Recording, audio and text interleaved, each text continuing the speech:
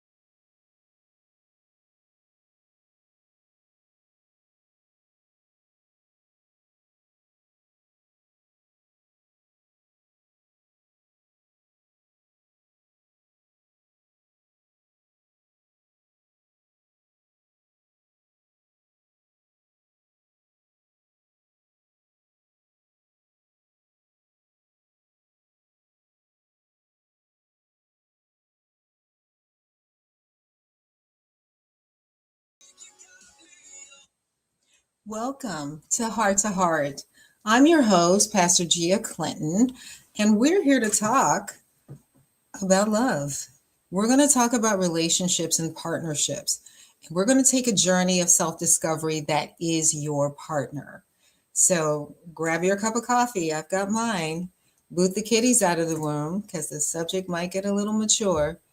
But I want you to have the takeaway and the understanding of what love is really all about. So let's get comfortable because tonight we're going to talk about forgiveness. We're going to talk about a heart that forgives. Not everybody has the ability to forgive. And when your partner does something in a relationship that you find devastating, or maybe you don't find it devastating, maybe you just keep score. And when you keep score, the danger of that is that you don't you don't forgive, and you hold it and you hold it and you hold it and you hold it. And the problem with holding something like that is that you really don't have an opportunity to say, I'm sorry.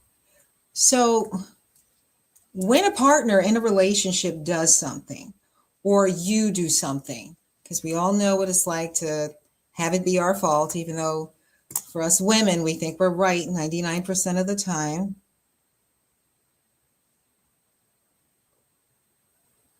And when we're right 99% of the time, that 1% when we're not right, and our partner catches us wrong, and you want forgiveness, you want him to just let it go. So in a relationship, sometimes it's not the big boom that causes unforgiveness or your inability to forgive. It is little things that add up that you hold against your partner a little at a time. You ever hear it's the little foxes that destroys the vine? It is the little bites that a snake can take, just little nibbles that will ultimately destroy your relationship. And I know what you're thinking. Oh, Pastor Gia, do we really have to talk about relationships? Yes, we must talk about relationships because you are going to spend the majority of your life with this person until God calls them home. So in a relationship, you have to understand that we only get one shot at this. We want to be able to forgive, to love, to be healthy in the relationship. You ever see the person that remembers like everything? They just kind of squirrel away stuff. And then when an argument comes, that's what I was saying. I remember when you did this back in, that was 3 years ago. How long were you holding that bullet? So we do hold things as humans. We do, look for ammo because we want to be right. sometimes when we're going through situations in our relationships, or as individuals, we take it out on our partner. And it may not be that your partner has earned your wrath, but somebody's got to get it. You're getting it from work, you're getting it from everywhere, church, you name it, the kids. So somebody has to be the recipient of what you are feeling inside. And oftentimes we hold it against our partner. All right, I know Pastor G is getting a little heavy. Take a sip. So this coffee, because every episode we talk about my coffee. So I found limited edition peppermint mocha iced coffee. And of course, Pastor Gia being Pastor Gia, I had to add a little extra to it. So I put like Hershey's chocolate syrup, and I have a creamer that is hot cocoa creamer with marshmallows. So I don't know, people, is it a coffee? Is it a dessert? I don't know. We're going to have time to discover it.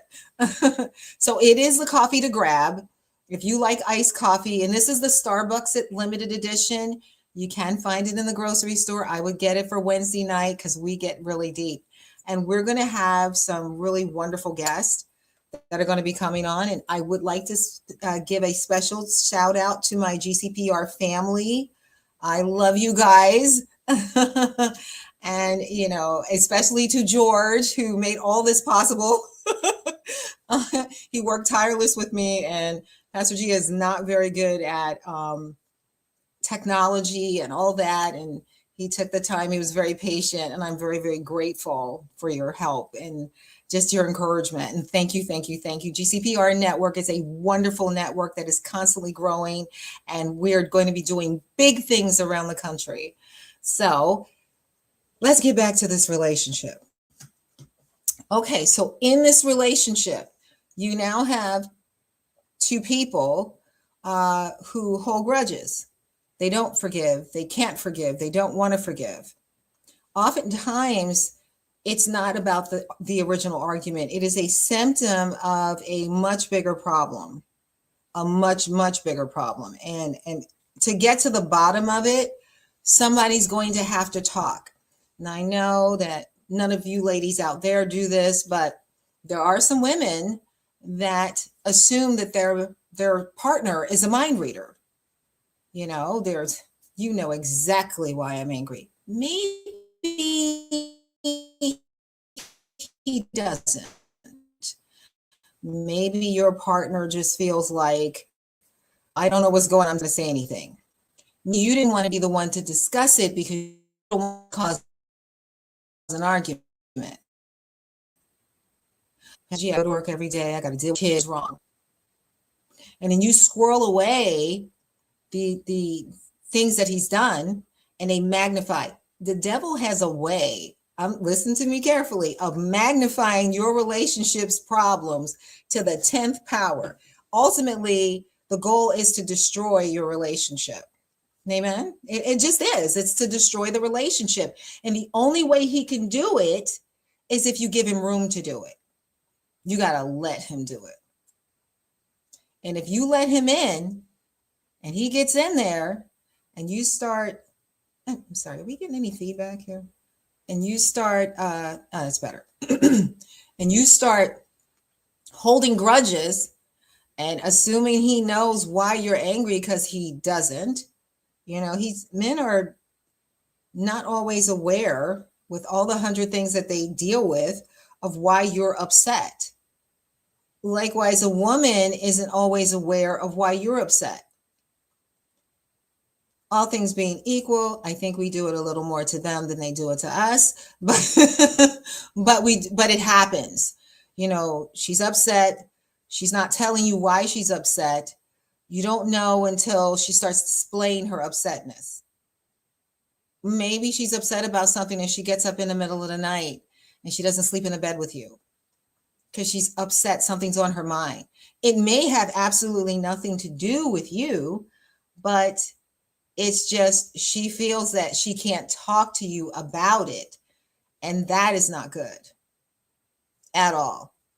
When your partner feels that they can't speak about something, or they don't have the the clarity or the freedom, the comfortability to speak about what's bothering them in a relationship, they're going to be upset. They may start talking to other people, but not you. And then you find other people know more about your relationship than you do. You have to create a safe space. You've heard Pastor Gia say it many times, for your partner to open up. And it's the same with women. We can't be dismissive. We can't just, I don't feel like talking. I am just not going to do that. Well, somebody's got to do something. Because if you are not communicating with your partner, and this goes on for long periods of time, 9 times out of 10, what is going to happen is you guys are going to build up a boatload of resentment, and there's going to be a climactic explosion. And when that happens, somebody's going to get hurt. Seriously. Emotionally, we have a way of saying things that are, especially women are, men aren't as verbal as we are. Our tongue can be really sharp. And if we let go, there's going to be, there's going to be hard feelings. There's going to be real unforgiveness, and we might need some space, kind of thing. And we don't want it to get there, do we? And you might say, well, lately I try to talk to him and he dismisses me. Well, something's really going on if he's dismissing you. And gentlemen, you have to take note of when you are dismissing your partner and why you're dismissing them. You ever notice a guy who, when he gets home, he'll sit in the driveway. He won't go right in, or he'll sit in his little car and he won't just get out. He's had a really rough day. Women internalize things they don't understand. So if you don't communicate that there's something going on, they automatically assume that it's them. And doing that, you've made this assumption, and now, the woman feels that, this is what's happening. We start to reinforce it because we don't have enough information. It's the way he's acting, and he doesn't want to come home to me, and, he doesn't spend any time with me. And that could be because there's something else going on. And, and we won't know what that is until we ask. If you don't ask your partner what's going on, they truly do not know. They don't. If your partner's not going to know, he's not going to be able to read your thoughts. She's not going to be able to read your thoughts. Well, she should know when I come home, I just want my space. How does she know that? I don't feel like talking when I come home. There's a certain etiquette that we have to have as couples. We can't just say what we feel. You have to be tender to your partner. Remember that that's a human being inside that jacket, or and those suit pants or jeans or whatever they're wearing, or dress or whatever. There is a human being with a pulse, with emotions and feelings that do get hurt. And if you hurt your partner repeatedly because, you're just going through it and you're just having a moment, and it's like, well, I don't care, anybody that gets in my way is going to get it. When that moment passes, you now have a wounded person in your wake. And though she may not say anything or he may not say anything, they hold it. It's just what we do. Men and women. You will squirrel things away and use it to prove a point. And the person feels like, wow, that was like 3 years ago. They feel that they can't trust you. Like everything they do, you're going to hold it. And not only are you going to hold it, but you're going to bring it up again. And when you bring it up again, it's going to be at a time when the person doesn't need that. No one likes to be reminded of their failures or their shortcomings. No one does. And sometimes we do that because we want to prove a point. We want to say how, well, you're just this, and this. No, I'm not.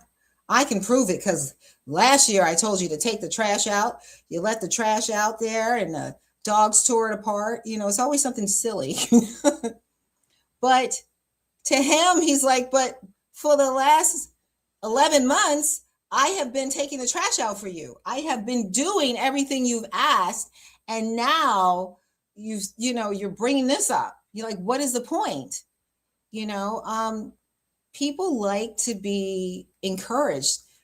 Your partner needs to know that you love them. Your partner needs to know that they're doing a good job. And when a person feels like they're not doing a good job and there's no way to please you, that's when they really start to become discouraged.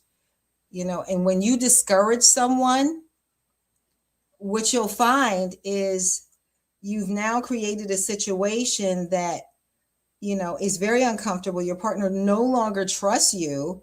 It takes a little time for them to get there, but when they're there, they're there. And in that situation, when someone is not trusting you,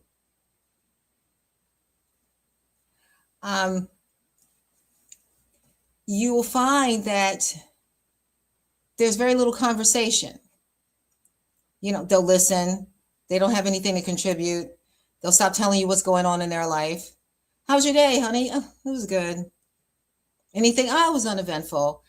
For two reasons, because whatever they say, they don't want it used later. And if they find that you're that kind of person, they will talk to everyone in the room but you. You will find that other people know more about your partner than you do because you've hurt them in some way. You've offended them. The Bible says it's easy to win an entire city than one wounded brother. Can you imagine? You hurt somebody. Oh, he's just being sensitive. She's just being sensitive. Is she being sensitive? Really? Is that your takeaway? Or maybe this sensitivity, as you call it, is because you've hurt someone deeply. And when you hurt somebody, it's not easy to get that momentum back. I can assure you it is not. A heart that is able to forgive is someone that can understand, all right, maybe he's having a bad day. I'm not going to take it personal.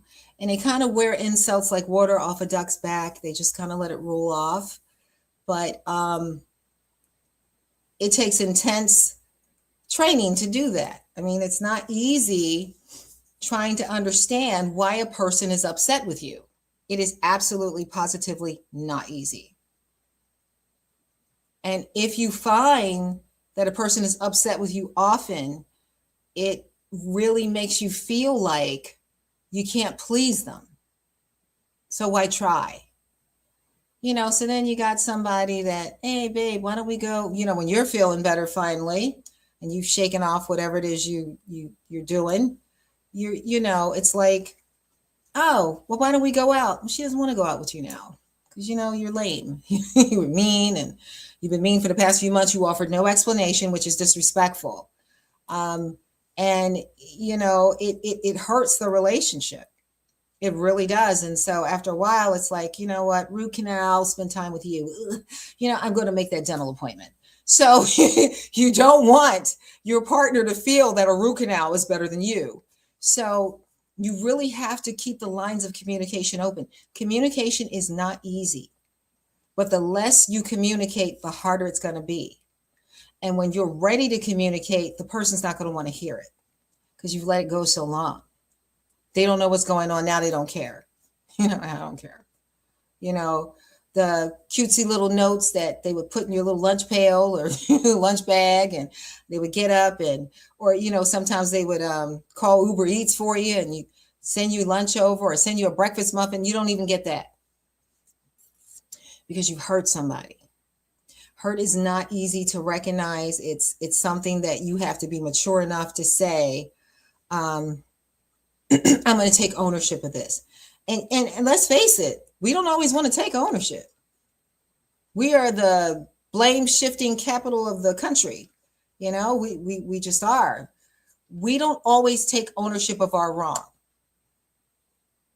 When a man doesn't take ownership of his wrong can turn into something very, very. So they always say that women, that we're the nurturers in the home, and, your partner creates the stability and she's the glue that holds it all together. But you set the tone for stability as a man. You are it. If she senses that you are not stable, if she senses dissension, it's going to make her uneasy.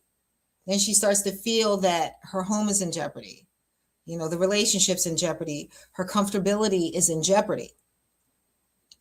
And hear me good, gentlemen, when a woman, because we're nesters, if she starts to feel like there's no stability, she's not going to start resting there.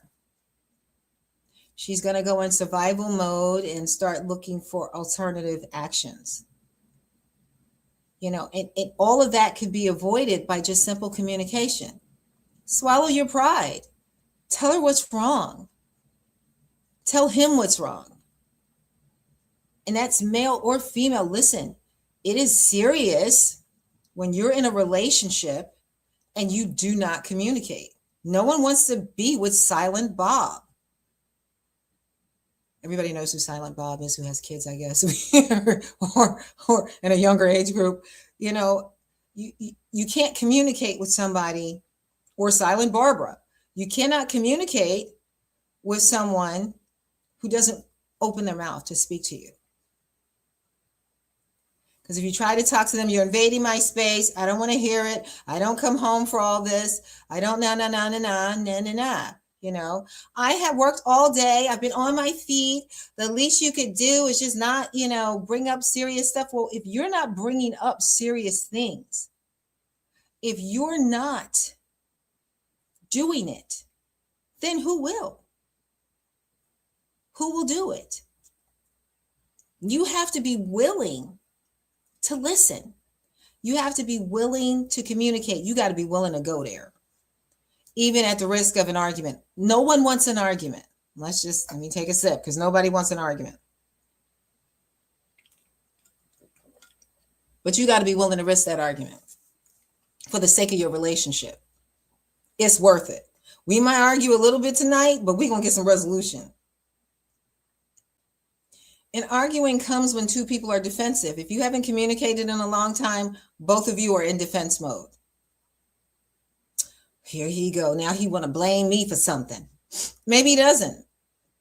Maybe she doesn't. Maybe she just wants to tell you what's going on. But if you become across defensive and you're ready to fight or flight kind of situation, no matter what she says to you, no matter what he says to you, you're going to hear something else.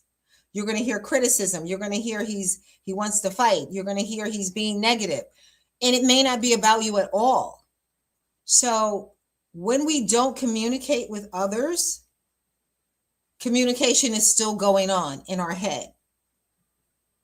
People can live rent-free in your head because you are not talking to each other. And you are imagining all kinds of scenarios, because that's what we do.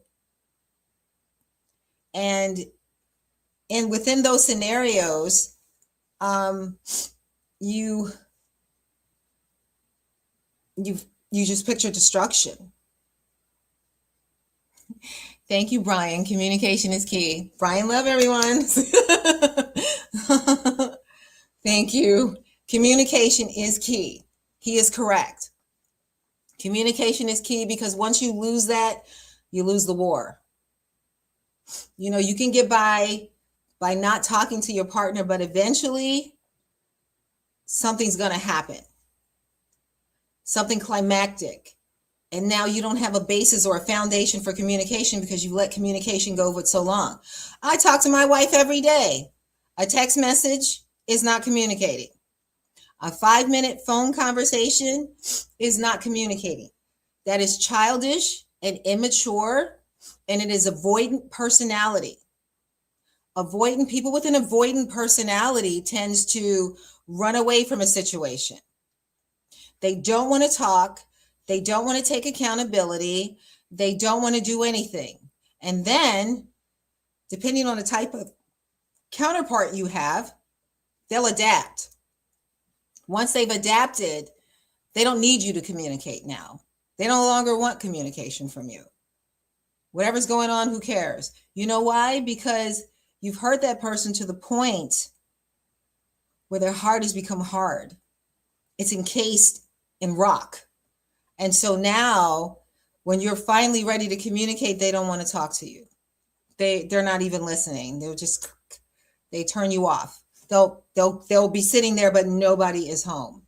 So you have to avoid that. You must engage. I don't know how many of you Trekkie fans out there, but engage is a serious thing. If you don't engage in that relationship, if you don't engage in your counterparts' situations, you are not going to have a relationship. Well, we're just so different, Pastor Gia. We're just so opposite. Opposites attract. Opposites can be a good thing. You bring two different perspectives to a relationship. Somebody might be well-rounded and artistic, and they just, a person of the world, they just know things about what's going on. Another person might be more rigid and grounded, anchored. So where somebody might be the balloon, the weather balloon that goes up in the air, you're the anchor that holds them in place. So you need two perspectives. And when you find that you no longer need two perspectives, guess what? You're in a relationship by yourself. The only voice that you're hearing is your own. And that's not a good way to be. And for those of you that are in a relationship and you got a difficult partner that has an avoidant personality and they don't like to communicate, or they're blame shifters, and you get aggravated and you don't want to communicate anymore because you figure, what's the point? You can't give up. By the same token, the partner that is doing that, if you don't stop it, this negative traction that you've entered into, that you've allowed to come into your relationship, you will destroy it. It will implode from within, and you will find yourself suddenly single, not knowing really how you got there. Because when you tell a story, you were perfect. I gave her the best of everything. I gave him the best of everything. You gave him the best of everything but communication, which is like 80% of the relationship. I was there. I showed up. I did this. I took the trash out, but you didn't talk. There are times that your partner needs to communicate. They need you to listen. There could be things going on that are serious that you just aren't addressing. I think the saddest story I heard was a woman. She was married to this man for 35 years and he passed away. And at the eulogy, she said, I wish I could stand up here and tell you that he loved me. I don't know. I don't know if he loved me. The fact that he stayed with me all these years doesn't mean anything. Maybe he was comfortable, but he never said, I love you. He never held me on a rainy night. He never got up in the middle of the night to see if I was okay.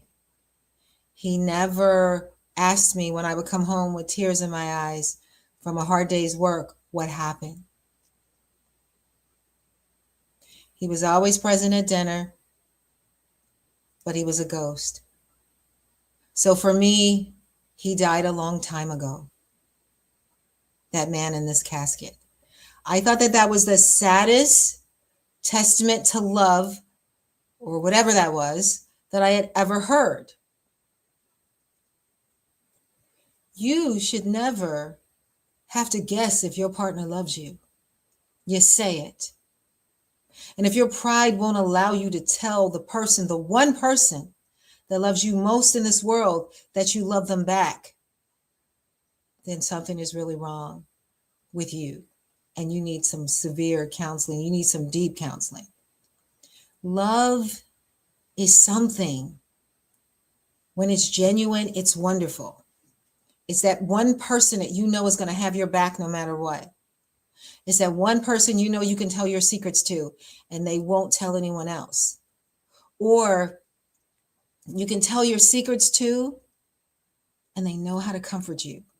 You can tell your hurts to them, and they won't throw it in your face or squirrel it away to use it against you in another argument. You can be vulnerable to your partner, And when vulnerability leaves a relationship, there goes the relationship. When you have someone that you don't feel you can trust anymore, when you have someone that you don't want to be with because you don't want to say the wrong thing, or you know what I mean, you're on eggshells with this person, and this person is not communicating, and this person is not doing this, or all these things are happening. When that happens, I can tell you that the relationship is like a dead man walking. It really is. And the problem with that is that you are in this and you don't know what to do.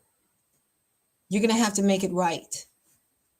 If you stop right now and turn around the situation, just turn back, you can make a difference. You can make this right.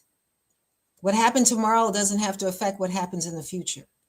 What happened yesterday doesn't define your future. What defines your future is what we do next. How you process the hurt.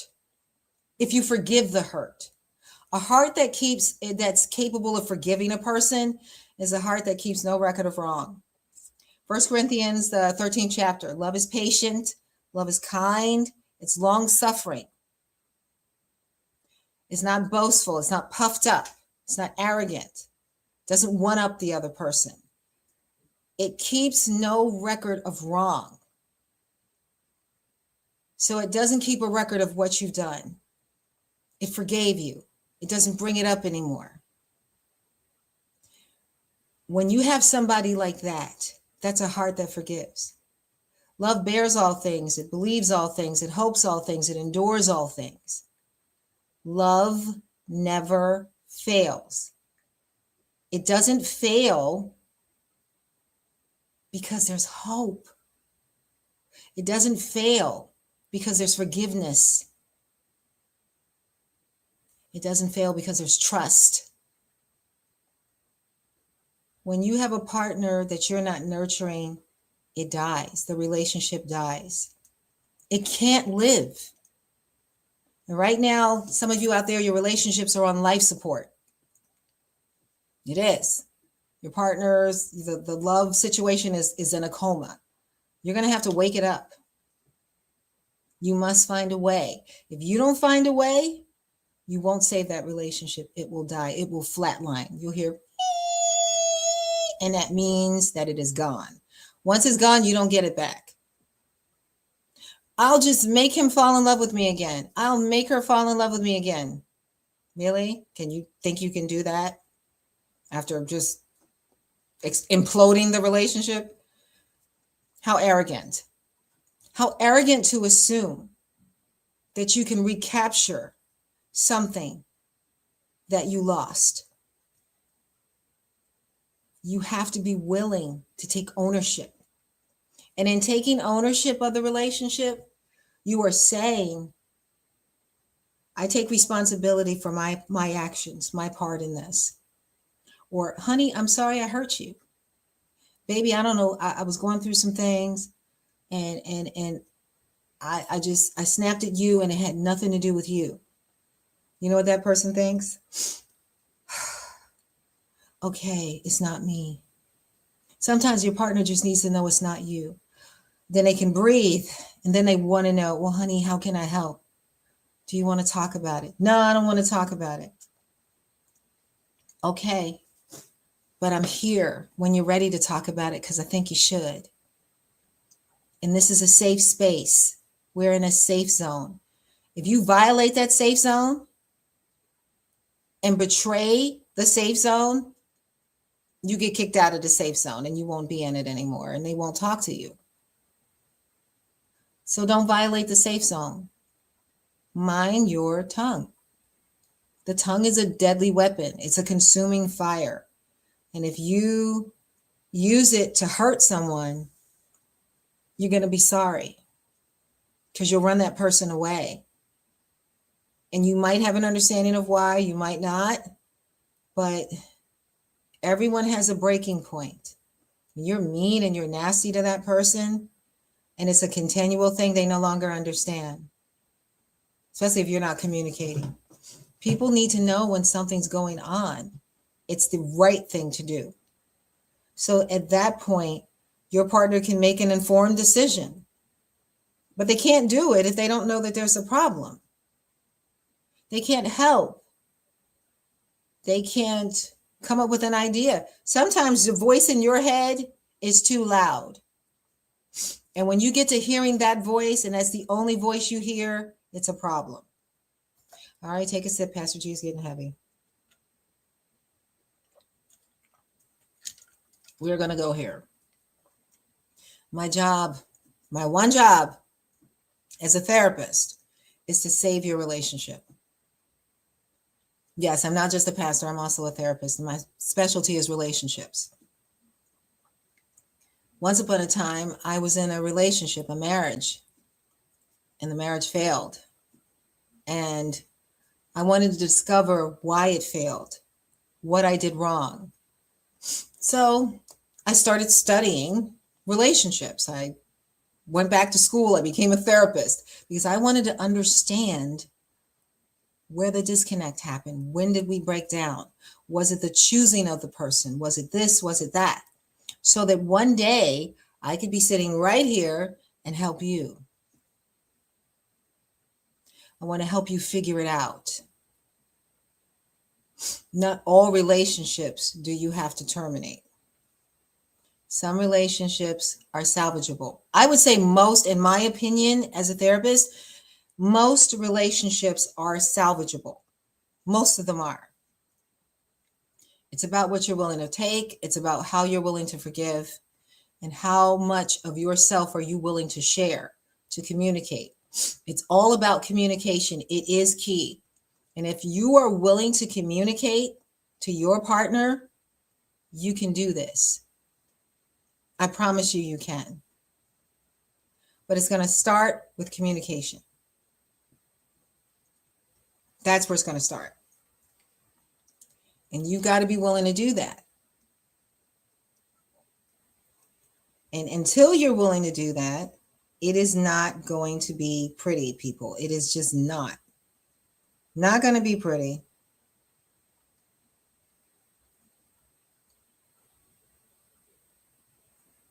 Not at all.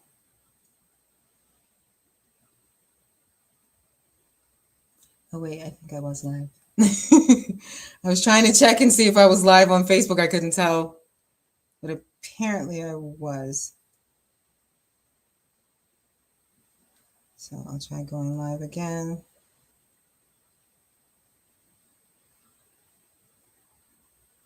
Okay. Yeah, I don't understand. You know, guys, Facebook is really terrible. I just don't understand it. It is just it's the little engine that could. That's the only thing I can think of when I think of Facebook. It is definitely the little engine that could. It does not allow you to do a lot of things, and it makes it really hard when you are trying to film. So I would have to say that, what is your end game? What is your end game in a relationship? A person is not going to hold on while you just kind of figure it out. They're just not.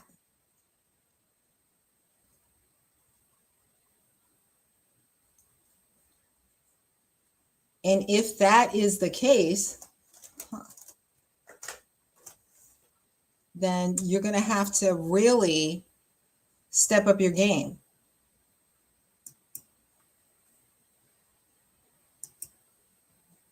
So if you're just joining us, we're talking about relationships. Now it's not able to start live video. So sorry, GCPR family. I was trying to see if it was actually recording on Facebook, and it doesn't look like it is. So I have a following on Facebook, and they're probably confused. But one of the things that you're going to come to understand in a relationship is that it is not just you. You have to, when you get into these relationships, you've got to have a heart for that person. And if you don't have a heart for that person, do not step up. Do not apply. Don't do it. Because you're not going to be able to maintain it. If you're not sure you love the person, I was talking to a gentleman that I met in my travels. It was last week. We were talking about relationships and we were talking about the podcast and all that. And you know what his takeaway was? Oh, wow.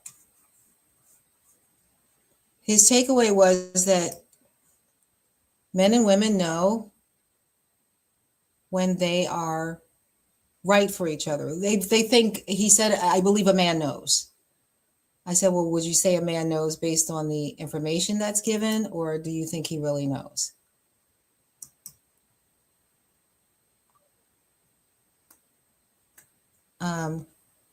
Okay, so apparently we are having some issues on the radio. But the YouTube feed is working. This is George. You're not on the radio. Your Facebook feed is not working, but your YouTube feed is working. Thank God for YouTube. Let's see. Okay, so because here on it says that it's streaming, but apparently I'm not on the radio. So we're still working the bugs out with the GCPR network, but rest assured, we will get the job done. We were a couple hours trying to fix this earlier today on my feed.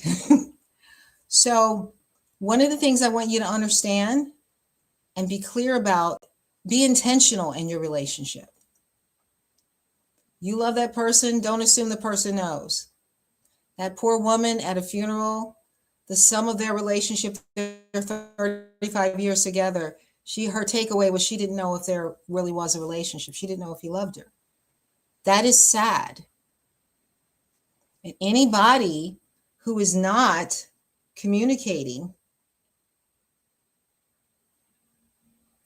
Okay. He says, try to stop it and restart it. Let's see. I'm also working on the radio too, guys. It is not stopping. Wait, yes. Okay. Let's try this again.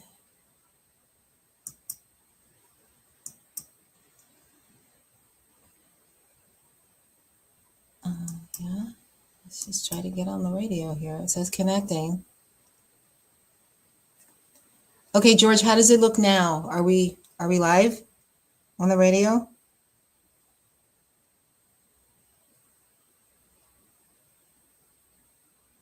Are we good?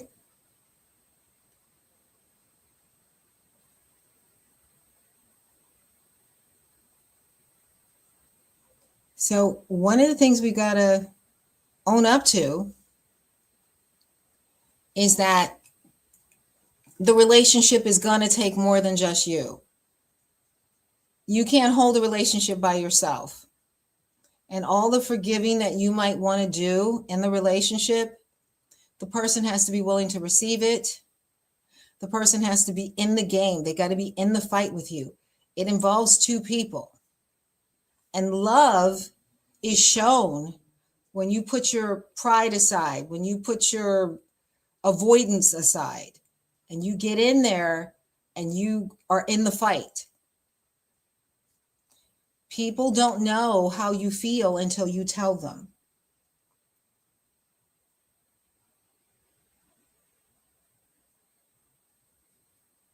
They don't know. They have no idea what you are, who you are, until you tell them. Well, Pastor Gia, that's not true. I get a sense of people. Well, not everybody's psychic or, whatever. And even if you get a sense of a person, you don't know who they are until they open their mouth and remove all doubt. You don't know. Until they communicate who they truly are to you, you might have a sense of people. You might be intuitive. There are some very intuitive, incredible people, but then a lot of times your intuition is speculative.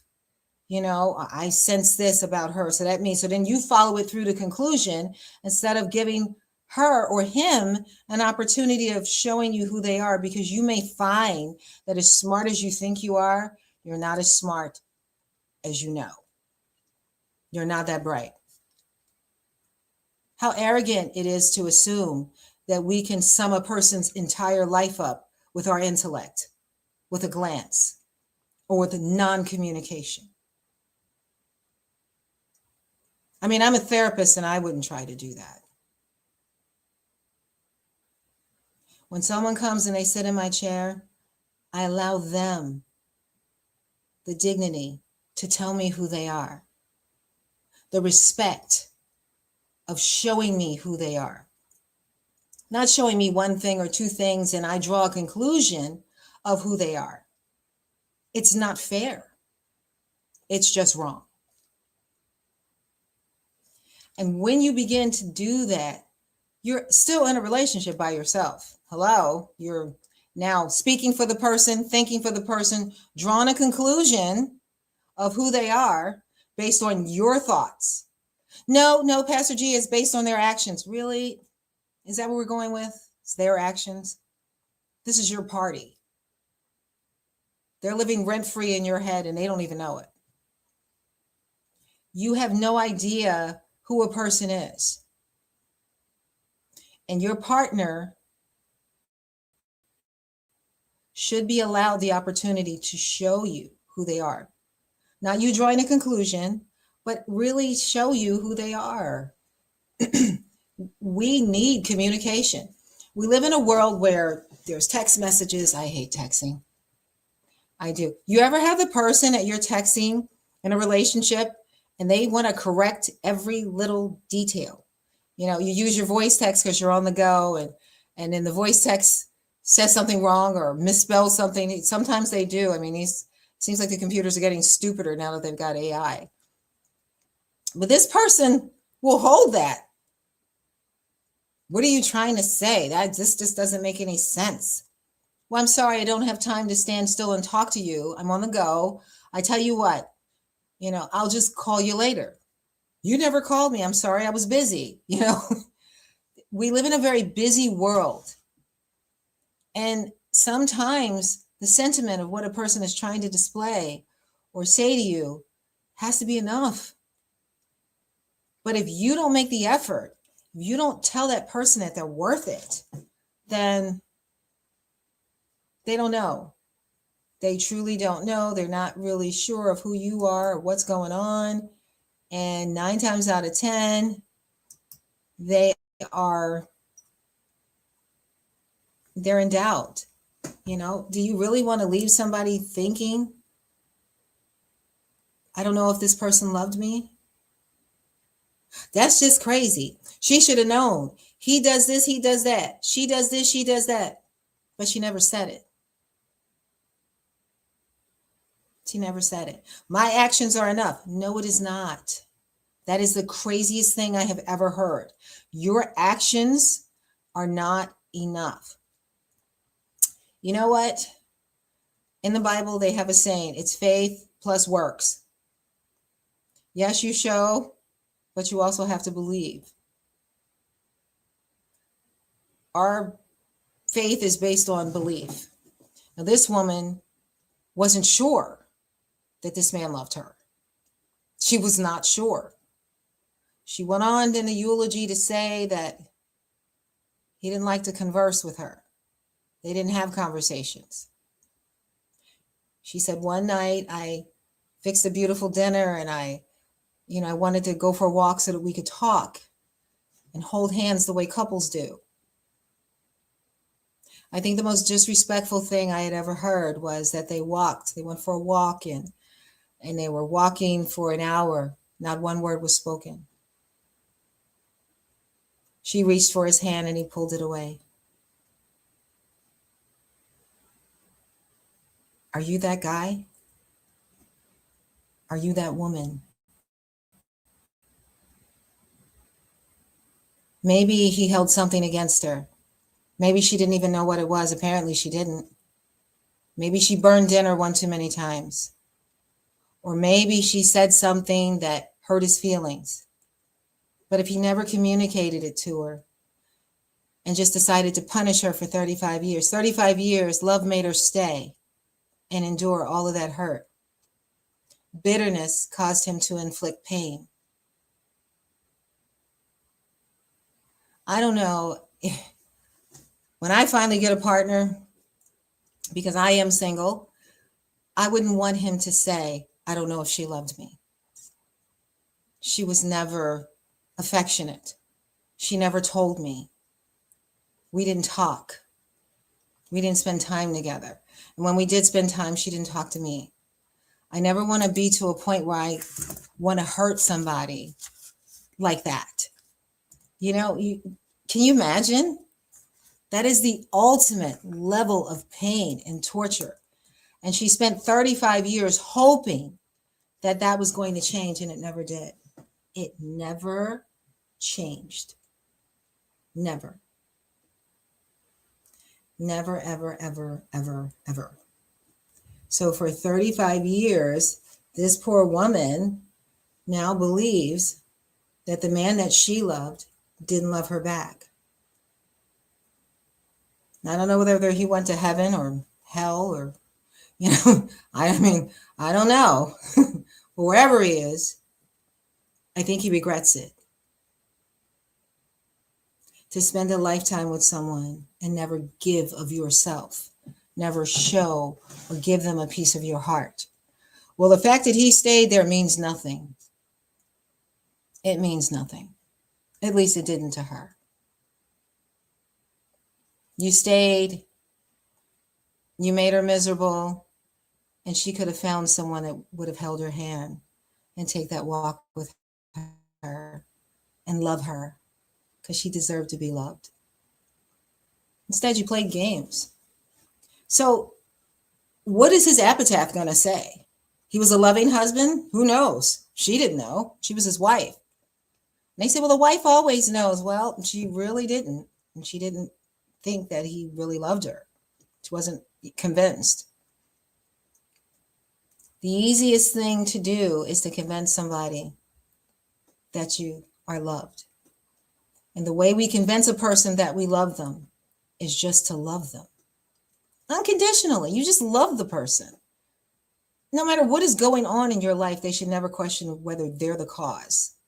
There should never be a moment of confusion. And if you are intentionally creating that confusion, you are destroying your own house. You're doing it. No one else is doing it. You're doing it. Okay, I don't know why this is still streaming. I'm going to try to connect it again. Okay. So if you're just joining me on GCPR Radio Network, I am Pastor Gia Clinton. I am a clinical Christian therapist, and the name of my show is Heart to Heart. And we are talking about a heart that forgives. I'm sorry for you radio listeners. I know my podcast comes on Wednesdays and you're used to hearing it. But we've had some technical difficulties, and I hope that it is now fixed and you are hearing me live out there. So we were saying that, we were talking about a woman who expressed grief at her husband's funeral and saying that he doesn't love her, or she didn't know whether he loved her. I'm saying to you, do you really want to be that person? Communication is not hard, but it is necessary. You might say, well, Pastor Gia,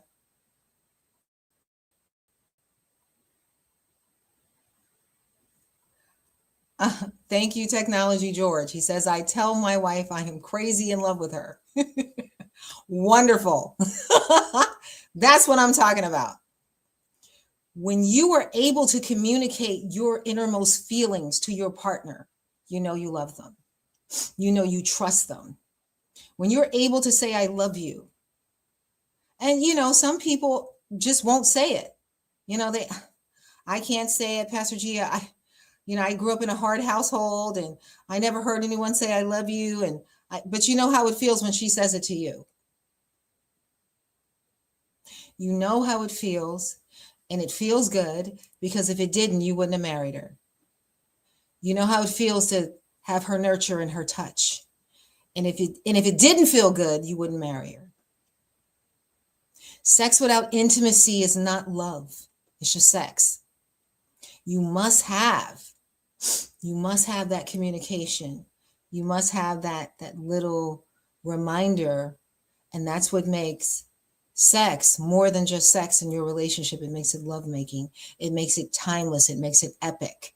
You have to make love to your wife or your partner or your husband, whomever, on a daily basis. They should know. And everything that happens in the spirit first. You know what I mean? So if you love her and you want to be with her, you better tell her, show her. You can say, I love you. Someone that can't say, I love you is a very bitter person. It's a very hurt person, a broken person. And if you're not careful, you're going to break the person that you think you love and can't tell them. You know, you have to be able to communicate. So an assailant breaks into the house. You know, you're laying in bed with your beautiful partner and you hear a noise and you go, honey, baby, I hear noise downstairs. You spring up. Okay, babe, let me go down there and check it out. She says, honey, I love you. Please be careful. You know, he says, it's going to be all right, babe. It is. It's going to be all right. I got this. You might not really have it, but your first instinct is to protect the one that you love, to protect your wife, to protect your children, to protect your household. So you go downstairs. She's hearing noising. She's hearing scuffles. She's hearing this. She's hearing that. She's hearing a fight. She, of course, called 911. You know, when you subdue this person, the first thing you want to do is to let her know it's all right. Baby, everything's all right. It's all clear. You know, get the kids, lock yourself in the room, especially if you're losing the fight. Get the kids, lock yourself in the room. This isn't working out. You know, hide, or you want to tell them something because you want to keep your loved ones safe. It is the same thing with their psyche, their mind. You don't want to break someone's mind. You don't want to break someone's heart.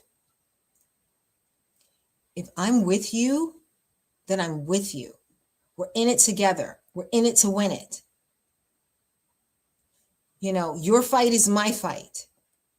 We are one. The Bible talks about the two becoming one flesh.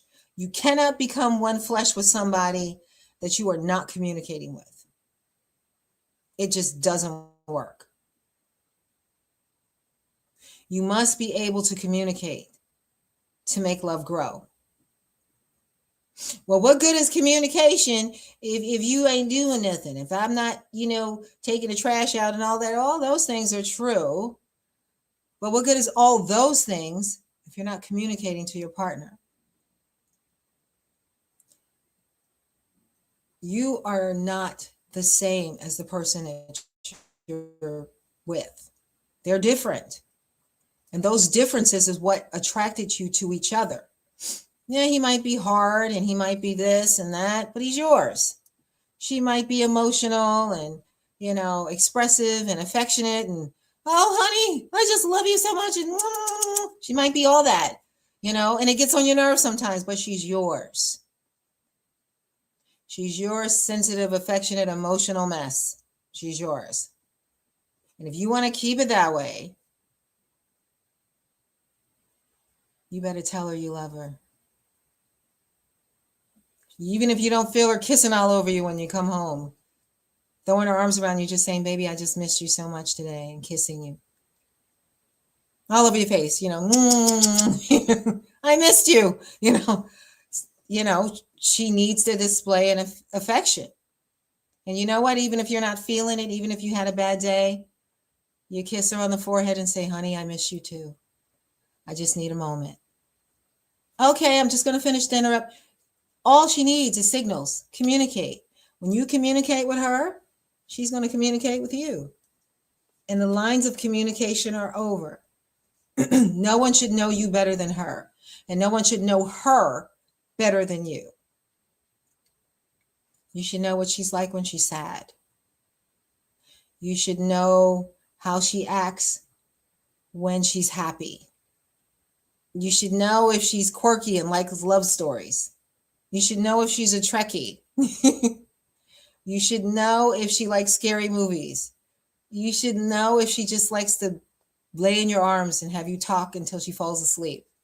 Weird stuff, or if she wears those slouch socks to bed, because her feet are so cold. You should know intimate things about your partner, and not just know, but express what you know. Show what you know. I shouldn't have to express anything. Why are you in a relationship? Like, what are you doing? You must tell a person how you feel, because they don't know unless you tell them. And if you don't tell them how you feel, you leave a whole lot unsaid. You leave a big space between you. And that space becomes a gulf. That gulf becomes a huge divide. And the next thing you know, she's living her life, you're living your life. And that can happen under the same roof. Many women have found themselves in affairs. Yes, I'm going to talk about affairs, because they have someone that doesn't communicate. And they've been hurt repeatedly and they can't forgive it. There's no excuse for an affair. There just isn't. I know I'm supposed to be a modern, progressive woman. I just don't think it's right to cheat on your partner. I think it hurts a lot. I do. Now, if you break up with your partner and she goes find somebody else, you can't complain. You broke up. But if you love your partner and you're there for them, then you're going to want to show them in many different ways how you love them. Your partner likes flowers, get him flowers. Get her flowers. Men like flowers too. You want to tell your partner you love them, take her to her favorite restaurant. Have a date night, a real date night, But you have to show them that you love them. Sometimes women internalize things and, all we do is stay around the house. The same thing every time we finally do something. That's not a date. That's you unwinding. Date night is when they get all dressed up and you put on your heels and your sexy dress and all that, or your pantsuit or whatever you're wearing, and you go out. Some people are very outgoing and bubbly and they need the connection of people. Other people are loners and they're okay being home alone. They're okay not communicating. They're okay just being by themselves, having some downtime. You have to be able to engage your partner, or you're going to be sitting in that chair telling me, and I did this for her, and I did that for her, and I did this, and I did that. I'm going to go, okay, right? So how did that make you feel? Okay, so what did she say? I don't know what she said. She never talked to me. So you talked to her and she didn't answer you back? Well, no, I didn't have to talk to her. I just did stuff. Really? Did you talk when you were dating? Well, yeah. So the communication stopped after you got together and moved in together and got married and was in post-honeymooness and bliss and all that. It was just nothing. Well, I figured, I got her now. I told her I loved her, and if anything changes, I'll let her know. And you wonder why she's gone? Well, yeah, what did I do wrong? Communication is so important. And if you don't communicate, that's what you're doing wrong. You must be able to say, I'm sorry.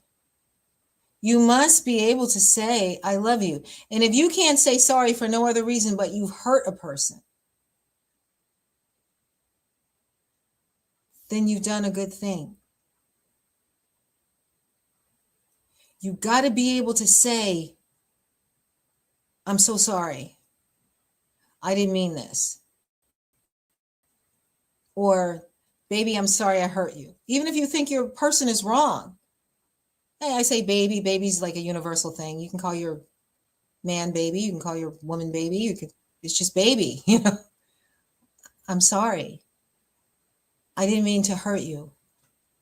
Unless you mean to hurt that person, unless your hurt is intentional. You have some people with temperaments with a propensity to cruelty. They don't really care for people like that. They get angry, they hold grudges, they just hold it, and they want to punish that person. And they know how to bring the pain. And it's a shame because you're destroying a person who shows you affection and love, and you can't give it back. You don't want to. You want to punish them for something they did 2 years ago or a year ago. Why take them back? Like, why tell them you forgive them if you're just going to punish them? Because they're going to leave. They're not going to stay with you. Not going to happen. They're just not going to stay. Then you got a person who's hurt. You're hurt because you've told yourself that none of this is your fault. You have to communicate. And there's women out there that say, well, I'm a modern woman. I don't have to really communicate. I don't have to do this. I don't have to do that. Yes, you do. You actually have to do that. Because if you don't, then why are we doing this? What good is it? You must be able to communicate. Well, Pastor G, I'm just not affectionate. I just don't tell him I love him all the time. No one says you have to say it all the time. But you should say it when it counts. Christmas, his birthday, I don't know. You should say it. And say it as often as you're able to. You should say, I love you. And mean it. If you don't mean it, then please don't say it. No one wants a hypocrite. No one wants someone that just says it just to say it. Say it because you mean it. Say it because you feel it. But feel something. Well, how do you know I don't feel anything? I don't know anything because you've never said it. And if a person doesn't hear it, they start to draw conclusions because that's how people are. That's human nature. We will start to think that there's no love there. When a person starts to think that there's no love there, then there's no relationship. Then you lose the person that you love the most, that makes you feel important inside. So I know it's just kind of silly. You think, oh, well, Pastor G, you're just really getting on people. I know when I was dating this guy, right? And so we were dating and, we're in a relationship. And so I would always play this song for him, especially when he did something that really just was above and beyond and just over the top. I would play the song by Salt and Pepper and In Vogue, What a Man. What a man, what a man, what a man, what a mighty fine man. Yes, he is. and he would always act like it's, oh, this is so silly. He loved that song. That was like his theme song. And whenever he would do something, honey, did you notice I did this and I did that? And I'm like, okay, let me hit the song. So, but that was our quirky little thing, like we had songs and, we had old movies and, something like that. And that was our love language. We had this in common and that was the way we communicated. And so we would send each other music. Those little quirky things are something only your partner would know about you. And only your partner should know about you. Like If you're a social butterfly and you like to talk and you like to hang with your friends and go out and do things, your partner should understand that about your temperament and love you enough to say, you know what, honey? This weekend we're going to go here. We're going to do that. We're going to, really? Because now you're engaging her in what she likes. Or now you engaging him in what I don't like to go out.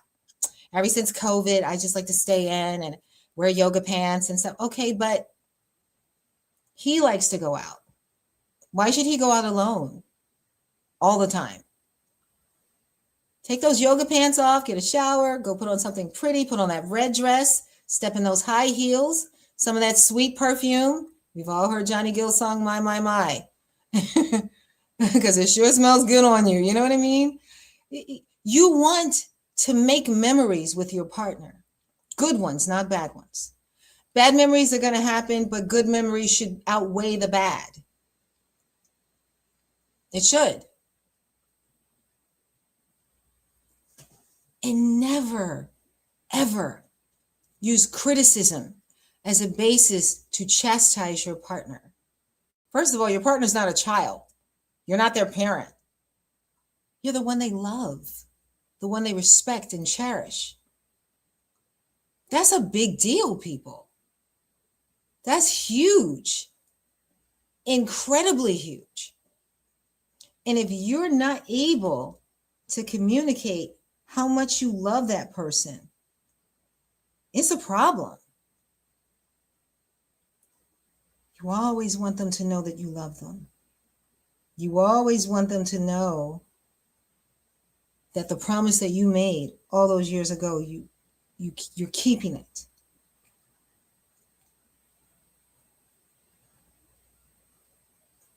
And one of the most chilling experiences in a relationship is to have your partner look at you and say, it's over. I can't do this anymore. You don't let it get there. You nurture the relationship. And if anybody's telling you you shouldn't have to give this person that, they don't want to see you in a relationship, at least not with that person. And they're going to get their wish.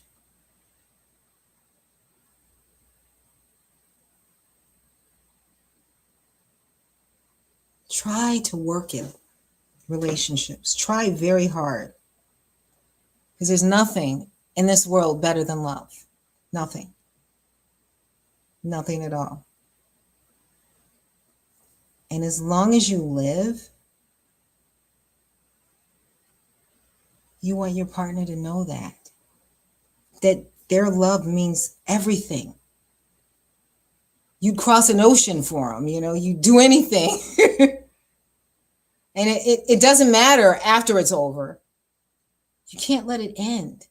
How do you keep the fire of love burning? You just don't let it go out. You don't let it go out.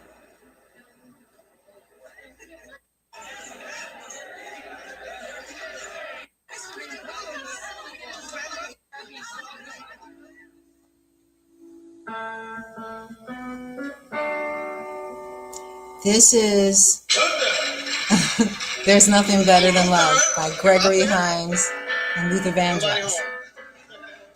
You don't make him like this anymore, people. Too many people. I know. Did you see that? Oh, that's why I came up here. See, this is nice. I'm saying quiet. Yeah.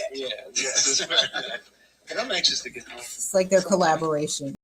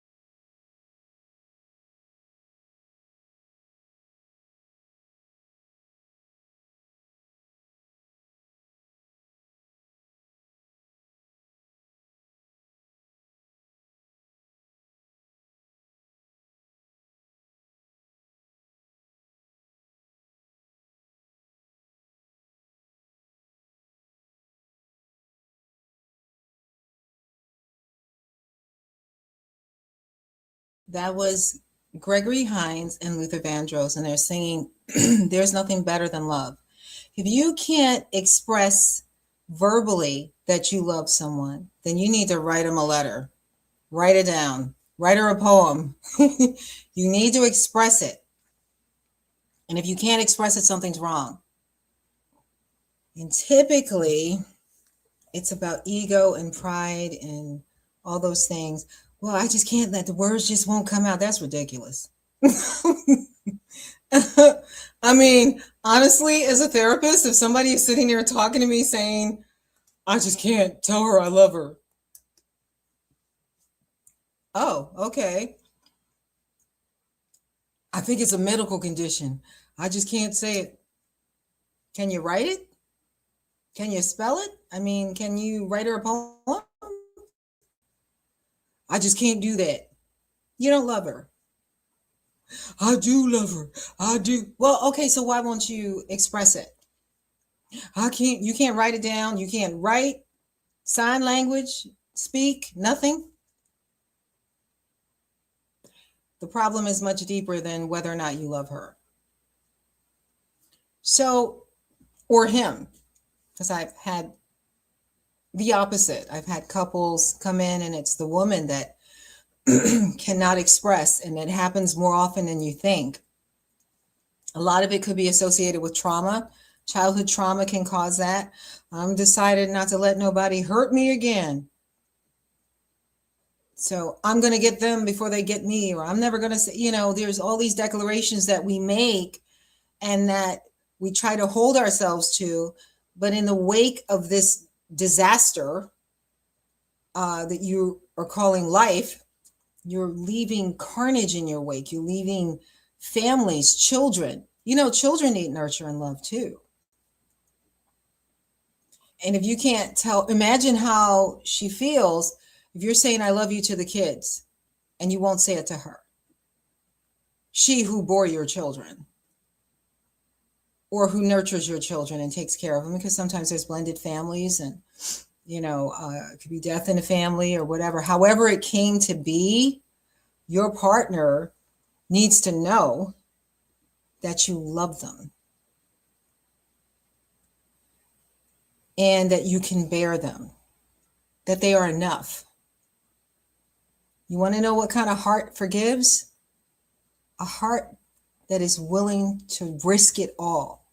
You cannot be in love and not risk it just for a chance that you could have that right person, that one person, 1 in a million. I would risk anything if it were me.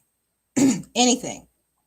I find that right person, I'm risking it. You risk your heart when you get involved with someone. But you have to assess that that person is worth it.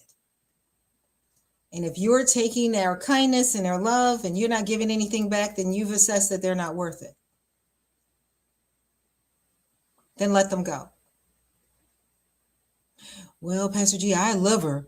I'm comfortable. And you're selfish. Because if you don't truly love that person, then let them go. If they don't hold your affection, hold your heart. Think of the words that were in that song. If I mean all the words I say, you don't have to guess what's going on inside my head. Listen to love and always let love lead the way.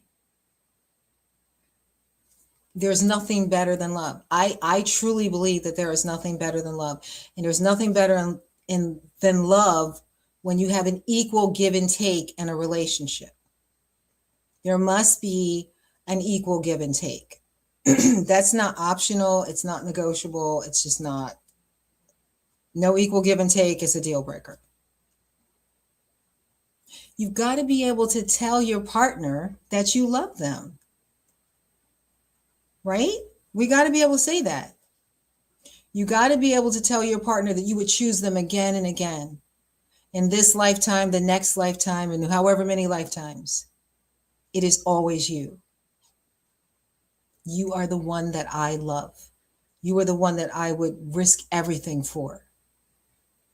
I'd climb the highest mountain. I'd swim the deepest ocean just to be with you. If you were in trouble, I'm the one that's coming. I'll be the man that'll fight for your honor. And if you can't say any of that, like, really?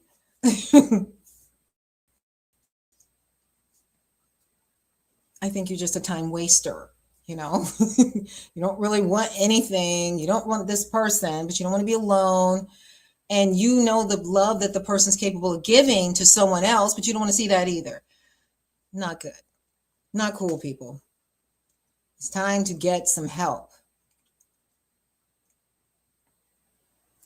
Whatever ambivalence is keeping you from declaring your love, you need to go and get some therapy and some counseling to explore what's going on. But be fair. Tell your partner, babe, I'm going through some things and, I'm going to be working on myself and talking to some people. I want to talk to somebody about the things that I'm going through. It's fair. Because the first thing she's going to say, is it about us? No, it's not about us. It was never about us. It's about me. So the most incredible man that I think I've ever read about was David, King David. When he did that horrible sin with Bathsheba, he murdered her husband and got her pregnant and all this and thought he had completely covered it up.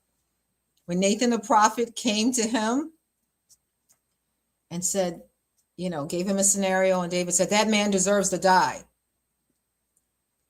He said, you are the man. He immediately fell on his face before God, not before Nathan the prophet. He said, against thee and thee alone have I sinned, O God. I wronged you. I'm wrong. He took responsibility in a way that even God just couldn't. He had to have mercy. He humbled himself. But you got to determine if your partner's worth that. And I'll say to you people that out there that are engaged or, living with a person, you are not married to that person. You are not bound to that person. Not yet. Not yet. But when you take those vows, it becomes a whole different ball game and it becomes a lot more complicated. You can walk away. You can. Pastor G, are they going to change? No, they're not. They're not changing. They are not going to change because they don't see the need to change. They're not going to change. In fact, once you get married, it's going to get a whole lot worse. So here's the thing. One of the things that Pastor Gia wants to do is to help people develop tools so that they can recognize when there is a red flag with a person. Not paranoia, a bona fide red flag. And when there is a red flag, you have to have enough wherewithal to say, this isn't for me. This isn't going to be good for my life. That's not something they teach in the church. And I'm going to get on the church, yes. I feel that the church has failed its congregation in that regard. I just do. You tell a person, you must be a Christian and make sure they're a Christian. That's not enough.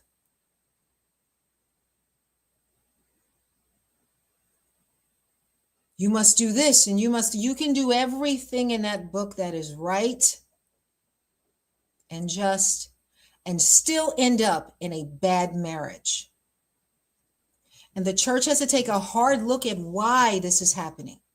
There is such a thing as compatibility. There is such a thing as informed consent. You choose a partner based on ignorance, you're going to end up divorced. And the church, the divorce rate is record numbers high because they are not educated and picking correctly. That is a problem. And we've got to do better. We owe it to God's people to help them. You know, we can't help anybody if we're not telling them what's going on, right? Yeah. So, you know, once you do all of these wonderful things and you're this and that, you'll figure it all out. That's not true. They're not going to figure it out. And they're going to be frustrated and come knocking on your door 6 months into the marriage when the marriage isn't working. I did everything right. I was a virgin. We waited till we got married. These are young people. We did this. We were both on fire for the Lord, but we just hate each other. There are things, and red flags doesn't always mean that this person is bad. It just means they're bad for you. They may be good for someone else. There may be someone that can deal with that brand of crazy. There is someone for everyone. And a crazy person and a not crazy person, when they get together, they're going to bump heads because you're not going to understand the crazy. And they're not going to understand why you don't understand. You said you loved me. I do love you. You're supposed to accept me according to the word of God the way I am. Not true. Not true. Or my favorite, well, Pastor, we gonna live together. Because we done seen a lot of divorce in our lifetime, and you know, my parents and her parents and this and that. So we figure we'll live together, work on our goals, and then we'll get married. I said, oh, that sounds stupid. Why do you say that? Just because we're fornicating? No, it has nothing to do with fornicating. Sleep with them, don't sleep with them. It's not going to change the fact that when you start living with a person, the relationship becomes more complicated. And if you get in there and discover that this person is not the one you want, leaving is even harder. It's not like he's got his house, you got your house, and you could just go pack up a couple of things and put it in a box and sit it outside, and he can sit his box on the porch. You know what I mean? That's like a clean break. When you get married, the Bible says the two become one flesh. You can't become one flesh with somebody if you don't know them. I knew everything there is to know about him. Passion is wonderful. Chemistry is grand. But there are idiosyncrasies and picadillos that you may not be able to deal with. Only way you're going to know it is to live with them. That is ridiculous. That is not true. The only way you're going to know that is if you spend time with them and you know the questions to ask. You know what signs to look for. Pastor G is a real stickler about watching signs, not judging people, but talking to them. Find out if your values align.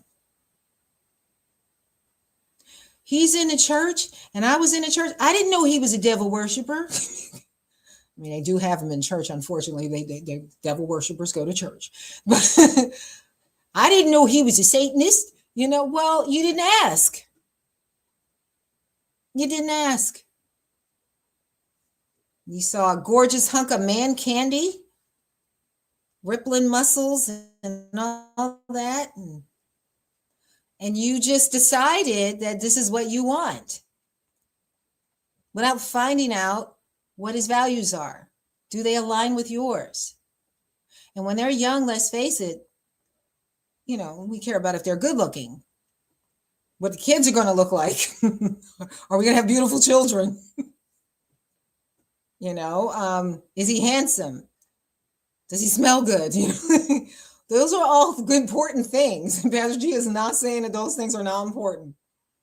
I sat down with a young couple. I think they were like 21. And I was like, oh, you guys are a little young getting married. Oh, Pastor. Whew, it's just so hard. I just can't. Ooh, I just can't be without him. They were sexually active. They were very candid about their sexuality and what they were doing, and they were sexually active. And I didn't judge them for it. I said, okay, all right, well, what do you love about her? She is built like a Venus de Milo. The curves on that woman. What do you love about him? Whew, Pastor. That man. Okay, well, what do you know about each other? I want to spend every moment waking up to that. What is that? Tell me what he is. Because if you two were stranded on a desert island, how are you going to work together to get off the island, make it work, keep each other alive? They didn't hear any of that. All they knew was that there was a strong attraction. They were both in the church, poor babies, and they thought that that was enough. You know, we love each other. We want to be together. Why do you love each other? Sometimes we have to be sure that it's not based on chemistry, that it's based on fact. Now, it's a little different when you're older. When you're older, you're wiser, hopefully, and usually you're intuitive enough to kind of read people a lot better. You know what I mean? The more you spend time with them, you're able to read them, you're able to discover them, and love becomes a little more grand and genuine because now, you know, you've put the time in. The time matters. So I really like older couples when they get together because I know they thought it through. Sometimes not. You get the occasional one. I was just lonely, Pastor. And I just married him because I was lonely. He was there. Loneliness is not a reason to just grab the first guy that comes along or grab the first woman that comes along. You must know her. And typically when you're older, you do have more of a sense of who a person is. You can read a person. And I do believe, just so we're clear, I do believe in love at first sight. I do believe that is possible, especially when you're older, because you know what you want. You know what makes you smile. You know what makes you happy. And sometimes two people can bump into each other and their worlds just collide. And it's all about timing. Because if you had gone to that area 2 minutes more sooner, you would have missed that person. You know what I mean? Or maybe you pass each other every day and never notice each other. And then one time you bump into each other and it's kismet. It's serendipitous, you know? So I think that to say that that isn't possible is foolish. Yes, there is love at first sight. Yes, there are two people when their eyes meet and they just know. It's in their knowing because they've done the work on themselves. So before you can go and pick a partner, you got to do the work on yourself. And once you've done the work on yourself, you're in tune and aligned with what you want. If you suffer from low self-esteem, you're going to pick any old thing. If you're dealing with broken hurt and then you're coming off the cusp of a relationship and you're young and, you know, I just want to be healed, I just want to be with somebody, you're going to pick the wrong person. You want to pick based on timing. And sometimes it just happens at a time when you could be in transition. But God knows what you need before you even ask. Sometimes you're not even looking and boom, there it is. And that's the best time when you're not looking and you don't expect to find love and then you find it. And it's amazing. And you just know. That's all I can say. You just, when you know, you know. When you know, you know. And so, what is Pastor Gia saying? I know I'm saying a lot about relationships. And I know you guys are like, oh, I feel like I'm being hammered about love. It is important that you understand the importance of love, to value it, to cherish it, to know beyond a shadow of a doubt that it's real. Because when you know it's real, when you know, it is the most amazing thing ever to share your life and your experiences with another human being. It is amazing. It is. It is absolutely amazing. And when someone can come alongside you and love you, even with your peccadillos and your maybe a snore, maybe who knows, you talk in your sleep or who knows. But when they can love you through good times and bad, you know that they are your person. And you have to give them that same energy. You have to give them that same love. Because if you don't, you're just wasting your life. You're wasting their life. You're wasting your time and their time. If you're not going to put anything into it, it's going to be a harvest. We get what we put in. You're not putting anything in that relationship, the harvest that comes out is going to be terrible. The person may leave you. The person may stay, but they have multiple affairs. You don't know because you're this hard person and, you don't talk to them. And you think that's cool because now you've protected your heart and, I just don't talk to them. I don't get involved. What? What do you mean? Engage. You must engage. So, I think that there's a lot of things going on, but I think the most important thing is that we love correctly. Love, express love, show love, say love. Words matter because your words are life. And when you nurture that person, you're nurturing them with your words. You should know who you love. And that person should never doubt your love. And it is arrogant to think that you don't have to say it. They should already figure it out. Not true and not healthy. That's not a healthy perspective. And you need to talk to someone.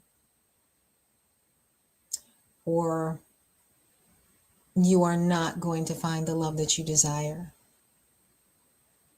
Love and forgiveness, they do go hand in hand. But you got to give somebody a reason to forgive you. You should, wait a minute, Julia Roberts in Pretty Woman, she told him, I'm going to love you so good, you're never going to leave. I love that movie. I love Pretty Woman. But I think what made me love it the most was that she gave her heart.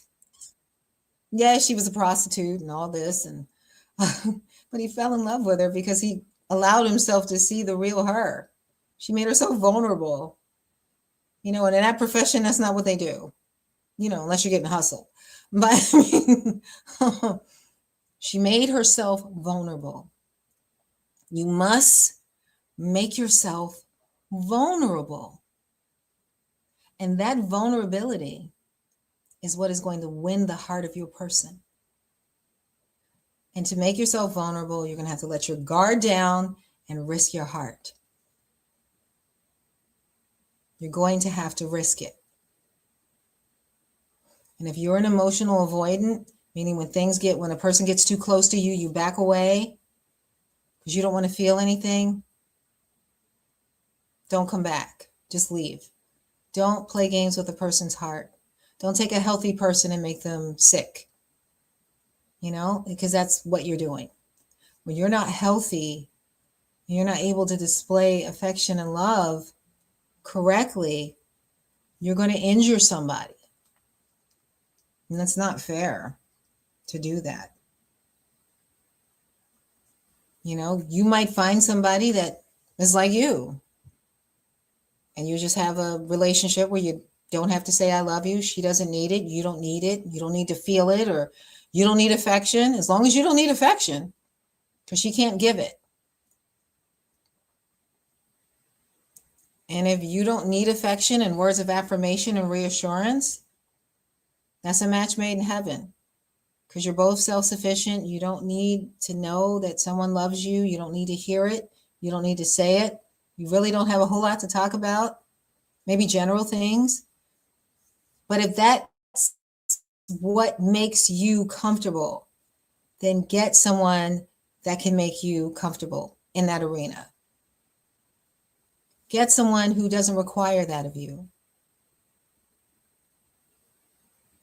Because if you get someone who's vulnerable, you're going to destroy them.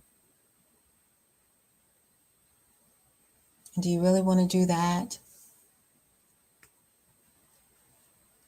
You want to love faithfully, unconditionally, and no one should have to guess whether you love them or not. I think that is crazy. Why should someone have to figure out whether or not you love them?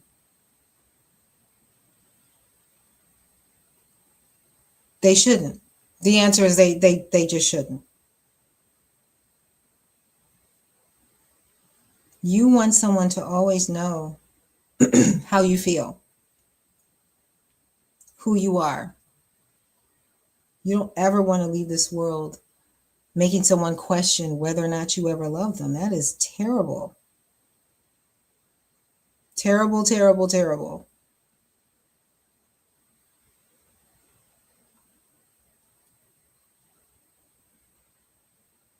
So Pastor G is having this conversation with you, and I want you to understand that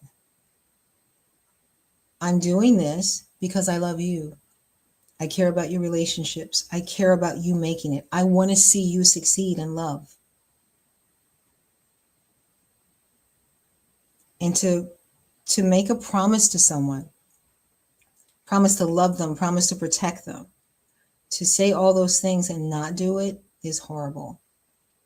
It's just not good. You want to be the person that they want to come home to. You want to be that person.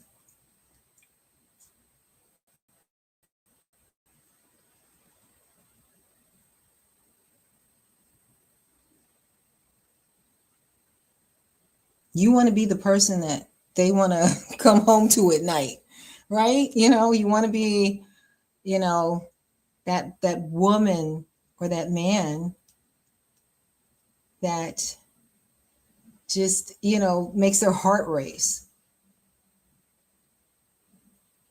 And you can't do that if you are not communicating, because they don't know. They don't know what's wrong with you. They don't know what the deal is and why you acting like that.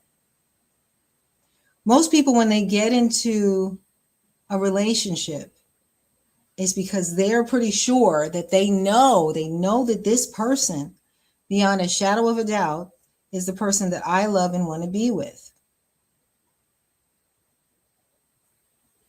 They don't have any doubts. They know this person is the love of their life. And they're ready to say, you're still the one I love. You're the one I want to be with. You're going to have, it's you and me against the world. That's the term. You and me against the world. And if you can't proclaim that, don't do it. Why get into something?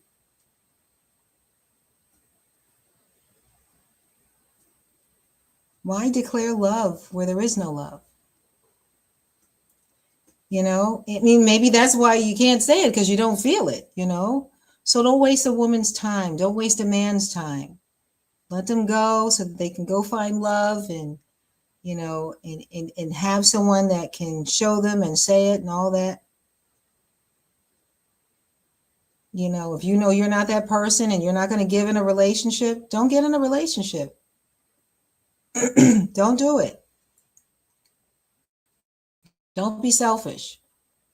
Remain as Paul, because you're only going to hurt that person. If you can't say I love you, if you can't show I love you to someone, it's a problem. It is. And Pastor G is not getting on you. I'm not. I'm just saying that love is important and you got to be able to say it and show it and all of that. And if you can't and you want to, you might need to talk to someone because there's probably some underlying things that are going on from like childhood. And you would be surprised how many people are going through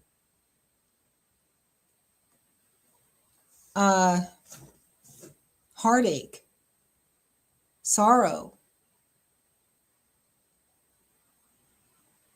But you're worth it. You have to think that you're worth getting help for. You have to think that, you know what? I don't know what's going on, but I love this person. I love myself enough not to want to be alone. I want to be happy. So I'm going to go get some help.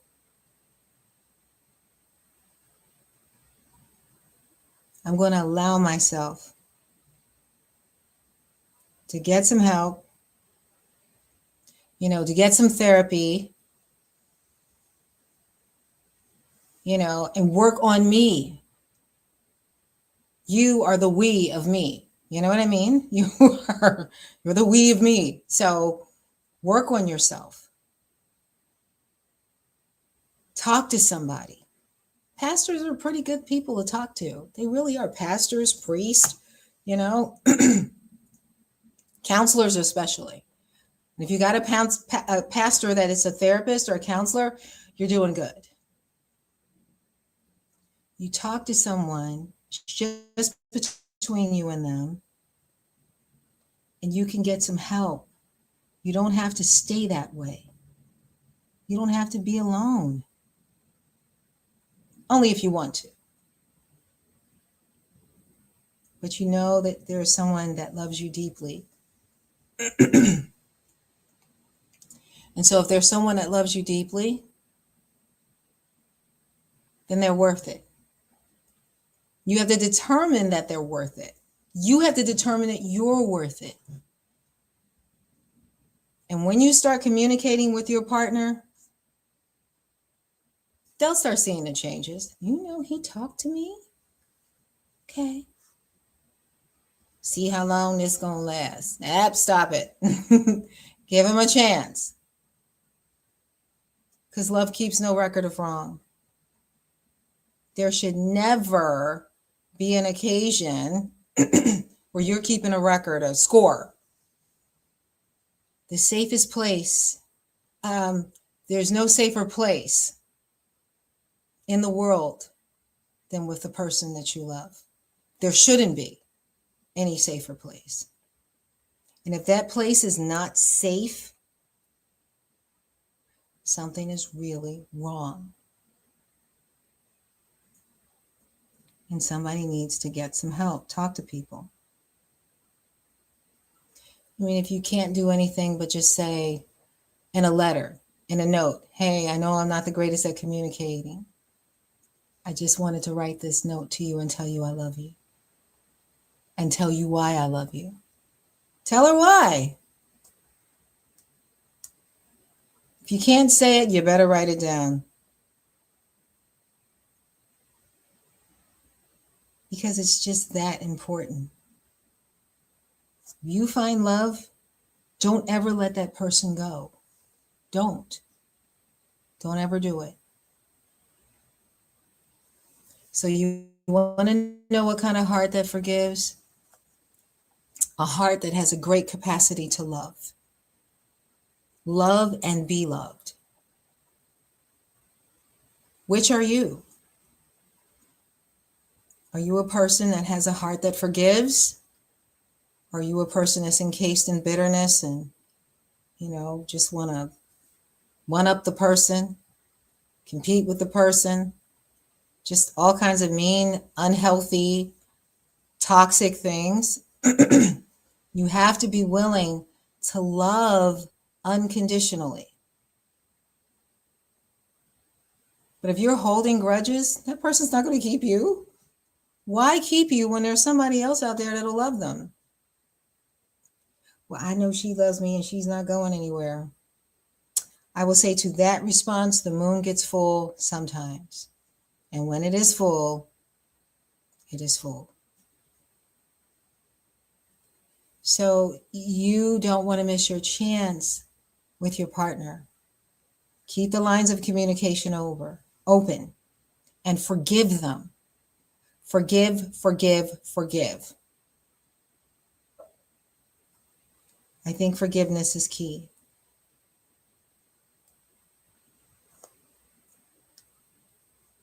When you're able to forgive, you know you love.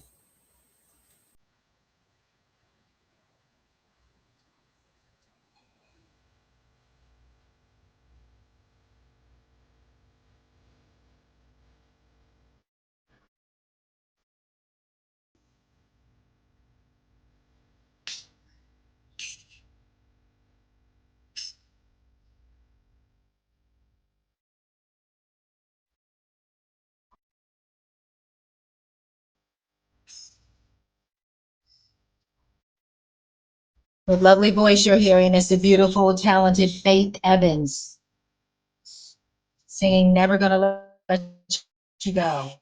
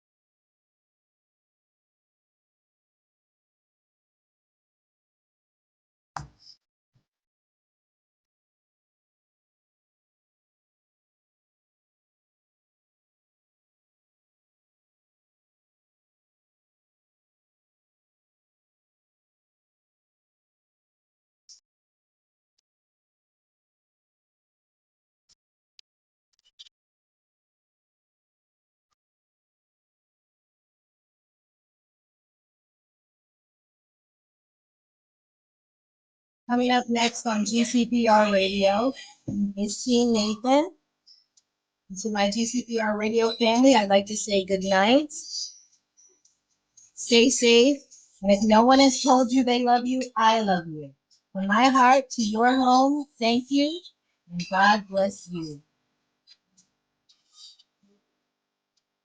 To my podcasters,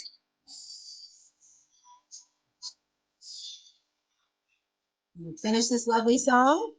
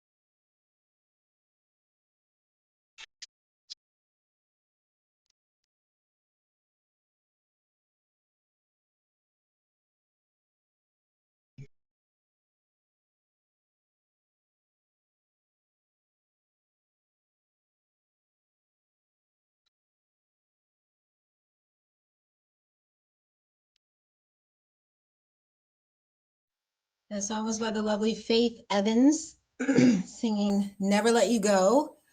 I will tell you that this podcast has been an amazing journey. We're going to get into some heavy topics along the way, and tune in with me next Wednesday. I will be having a guest coming on, and we're going to be diving into some relationship issues. So it'll be pre-announced once the guest, and I talk some more. Later this week, we'll be announcing it and running it. So you guys want to stay tuned. We're going to be talking some heavy topics about relationships and toxicity within a relationship and how to avoid those things. I will say to my GCPR family and my Facebook family and TikTok and all that, thank you so much for being such a special part of Heart to Heart podcast and such a special part of Straight to the Heart Ministries. And if no one has told you that they love you, know that I do. Pastor Gia loves you very much. And from my heart to your home, thank you and God bless you. See you next week.